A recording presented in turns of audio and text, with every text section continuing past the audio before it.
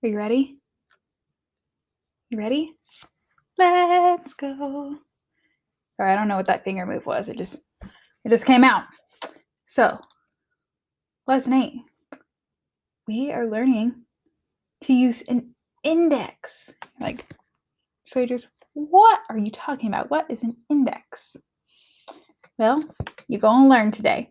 So we can be effective readers of informational text because indexes are so awesome. They are super helpful. Okay, so we'll talk about how you can use those and why they're so helpful. So we know we are successful when we can locate the index in a text, because how are you going to use it if you don't know where it is? So first off, we got to know where it's at. Number 2, we got to describe what an index includes, so what's in an index, okay? And then explain why a reader might use an index. Index, index, index, index. So, foundational skills. We're focusing today on synonyms and antonyms, and you have a fluency read. So there's a practice reader that you can practice reading on your own called Fire Safety First. And you really want to focus on the synonyms, so that those are words that mean the same thing.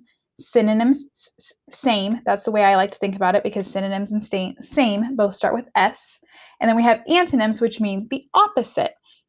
Okay, so we have synonyms and antonyms in this practice reader. So let's go through those together.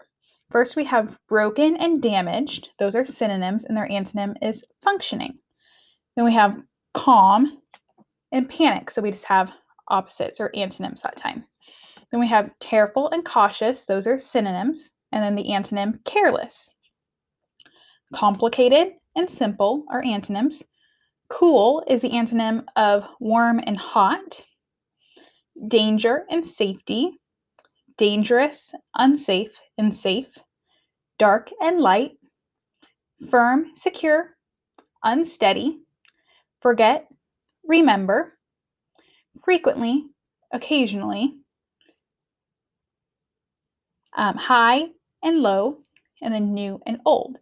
So for some of them, I told you which ones were synonyms and which were antonyms. I challenge you, for the ones that I didn't say, to identify the synonyms, which are synonyms, and which words are antonyms. Okay? So that's something that you can do on your own. So you want, go ahead right now and you can pause the video and work on that. All right, let's move on. So we're going to start right away. We do actually have a stop and think question, but let's read this first. Skeletons all over. You've now had a chance to find out about skeletons inside and outside. Endoskeletons are inside the body. Exoskeletons are outside the body. Skeletons are very important as they support the body's weight and protect organs of the body, such as the brain. Skeletons give animals the power to walk, climb, swim, or jump. A fish's skeleton, for example, gives it the power to swim through water. Without our skeletons, we would not be able to pick up a pen, jump, or dance to music. When was the last time you thought about the skeleton inside you?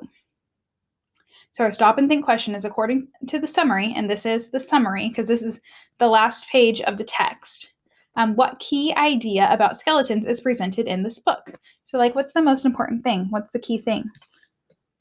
You've now had a chance to find out about skeletons inside and outside. Is that the main thing? I mean, yeah, we did, but maybe we can go a little bit deeper, right? Endoskeletons are inside the body. Exoskeletons are outside the body. Again, that's very important, right? Yeah, but maybe we can go a little bit deeper.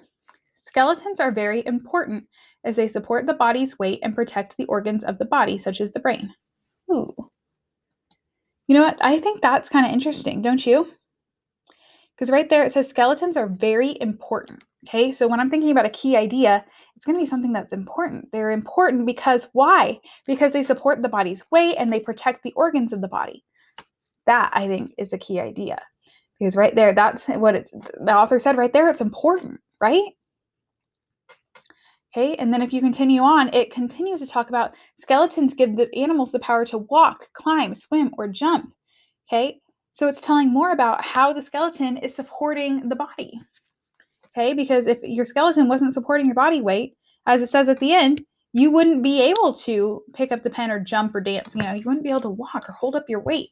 So I think the key idea is that skeletons are very important to be able to help whatever animal or organism, okay, whether it be an insect, a human, a cat, dog, a fish, okay, to help them move and survive.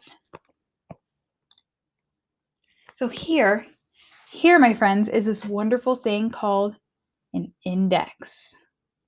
Dun, dun, dun.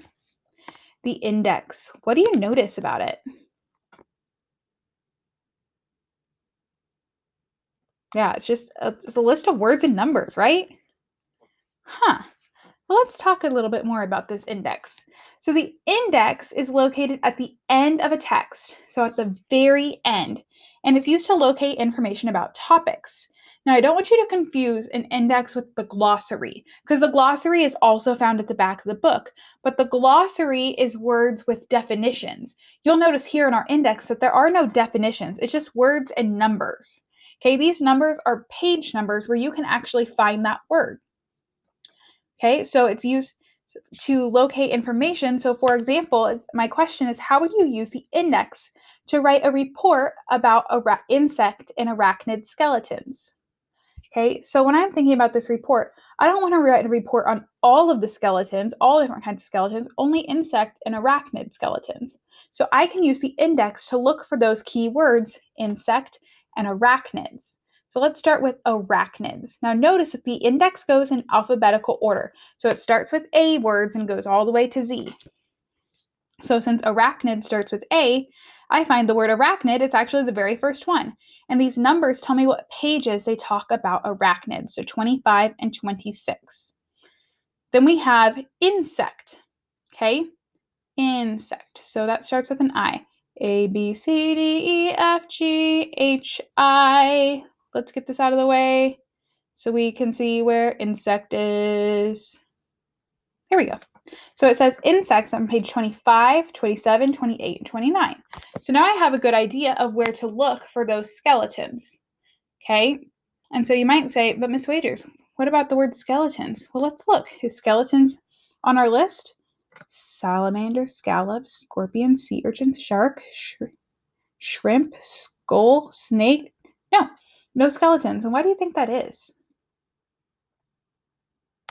Did you say it's probably because the whole book is about skeletons? So if you did, you're right. Skeletons would be listed on almost every single page. So that would be kind of silly to put in the index because the whole book is about skeletons. So we have to be more specific. So if I were writing a report on insect and arachnid skeletons, though, I would look on page 25, 26, 27, 28, and 29. So that's 5 pages instead of like the 30-ish pages that are in this book. So that's a lot less for me to read. Sometimes when you're looking at an informational text, if you're looking for a specific piece of information, you don't have to read the whole book. And that's where an index can be very helpful because you can look and see, oh, I want to learn about insects. I can turn to the back, look in the index, and find, oh, the insect skeletons are talked about on pages 25, 27, 28, and 29. So I know exactly where to look in the book. So I'm not just having to read and flip through page after page after page, because that can get exhausting. So let's look a little bit more at the index. So let's say that I want to learn about sea urchins. So the first thing is I need to, or starfish, sorry. I need to, no, sea urchins. I'm getting myself all mixed up. We're going to look at sea urchins. How about that? So sea urchins, I'm going to look in my index. I know sea urchins, they start with the letter S. So A, B, C, D, F, G, H, I, J, K, L, M, N, O, P, Q, R, S. Sea urchin.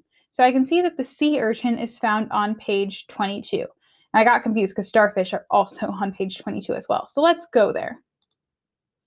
So look, now we have everything about. I see a picture of a starfish right there. But again, we're going to talk about that sea urchin. So let's see. So now I can just read this page. Sea creatures with exoskeletons often move differently from those with endoskeletons. A starfish, for example, has an exoskeleton that is not very flexible. It can move because it has tiny tube feet under its arms. These feet have suction cups that slowly pull the starfish along. The sea urchin's shell is covered with stiff spines. The exoskeleton helps defend the sea urchin against sea creatures that might want to eat it or step on it. Like the starfish, the sea urchin moves on tiny tube feet. Its spines also help. At the base of each spine is a ball and socket joint. This allows the spines to move in all directions. Okay, so I'm learning about that sea urchin, how it moves. And it also says, did you know a sea urchin may look like a furry ball, but it is not. The spines on its shell are not like a backbone, but are sharp and pointed. Stepping on a sea urchin's exoskeleton can be very painful. Ugh. Ouch. Okay, so now I've learned a little bit about the sea urchin and how it moves. So I can say, oh, look, it says the sea urchin moves on tiny tube feet. So instead of me having to read the whole thing, I know that it has an exoskeleton and it moves on tiny tube feet. And I didn't have to read the whole book for that. Okay, now let's learn about turtles. Okay, so let's look in our index for the word turtle. Tell me when you found it.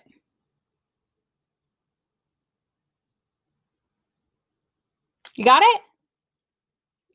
All right, so turtle I can find on page 18. So let's go there and let's learn a little bit about turtles. Well, right away I see snakes over here, so that's not where I want to read because this is all talking about snakes. But oh, look, right here in the sidebar, they're talking about turtles. So we'll just read this part because I only want to learn about turtles, not snakes. Amazing turtles. Turtles and tortoises are remarkable reptiles because they have both endo and exoskeletons. That's interesting. Their hard shells are exoskeletons that protect their soft internal organs and the internal endoskeleton. These animals can hide their heads and limbs inside their hard shells when frightened by a predator. So then we have a diagram of the tortoise skeleton. Awesome. So turtles have both endoskeletons and exoskeletons. So again, I could add that to my list. The turtle has both the endo and exoskeleton. And again, I didn't have to read the whole book, and I knew exactly what page to go to learn about the turtle's skeleton.